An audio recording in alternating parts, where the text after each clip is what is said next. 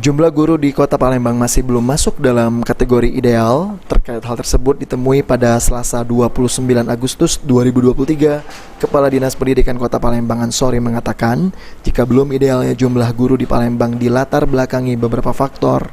Di antaranya adalah banyaknya guru yang saat ini mulai memasuki masa pensiun.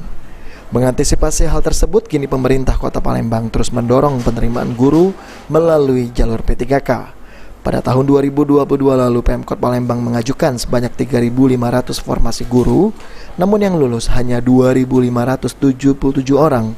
Padahal jumlah guru yang dibutuhkan di Kota Palembang sebanyak 4.800 orang. Mencukupi kebutuhan guru, pada tahun 2023 ini, Pemkot Palembang kembali mengajukan formasi P3K guru sebanyak 1.400 baik untuk SD maupun SMP.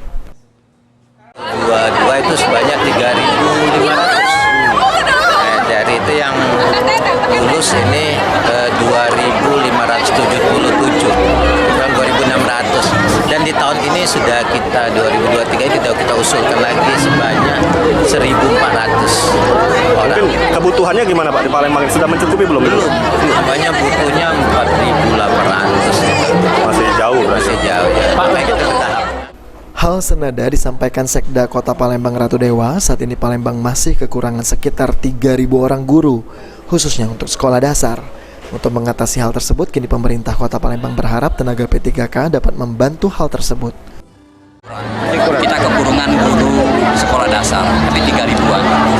Paling tidak dengan kehadiran P3K ini bisa membantu, khususnya para kepala sekolah yang memenuhi standar sesuai yang digariskan oleh Kementerian Pendidikan dan Kebudayaan. Sandi Pratama, PAL TV. P3 kita pada pagi hari ini